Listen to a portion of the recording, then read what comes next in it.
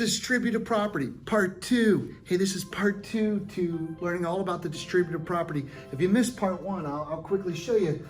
We have the distributive property over addition here. 2 times the quantity, x plus 5. So we would go 2 times x plus 2 times 5. You see how the 2 distributes all the way over. So we have 2x plus 10.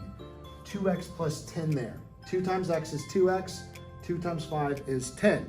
All right, now, sometimes you'll get problems like this without variables. In this case, if they want this shown in the distributive property way, we gotta find a common factor. The greatest common factor would be the best one.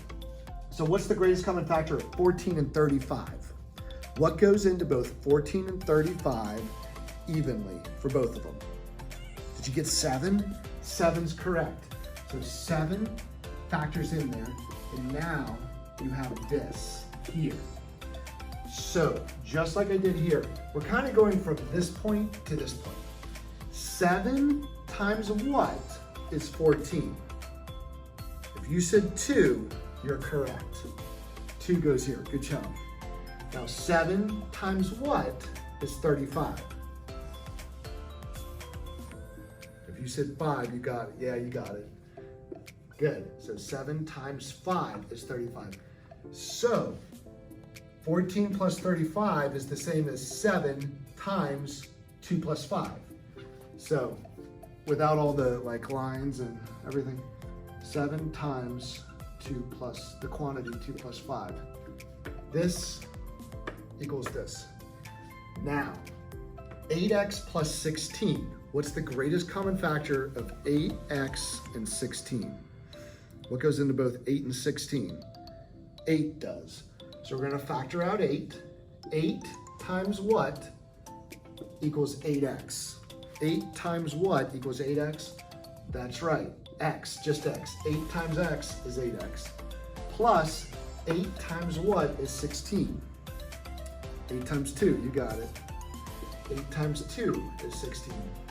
So this would be your answer right here. 12x and 20. 12x plus 20.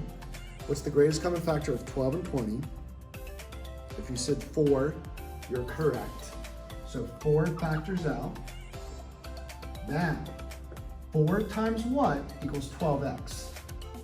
That's right, 3x. 4 times 3x is 12x. Plus, and then 4 times what is 20? 5. So 4 times the quantity 3x plus 5 equals 12x plus 20. They're equivalent expressions. So now 3x plus 18. You guys try this one on your own. Go ahead and pause it. See if you get it. I do a little dance. Okay. What goes into both 3x and 18? Did you say 3? That's right. So 3. And then 3 times what is 3x? So x plus, if this were a minus, you would put minus, a subtraction sign. 3 times what equals 18? That's right, 6. So it's really just the reverse of this one. That's the distributive property part 2, guys. My name is Jason Jacobs. Please like and subscribe, and I'll check you out on our next math video. Keep doing your math, guys. Bye.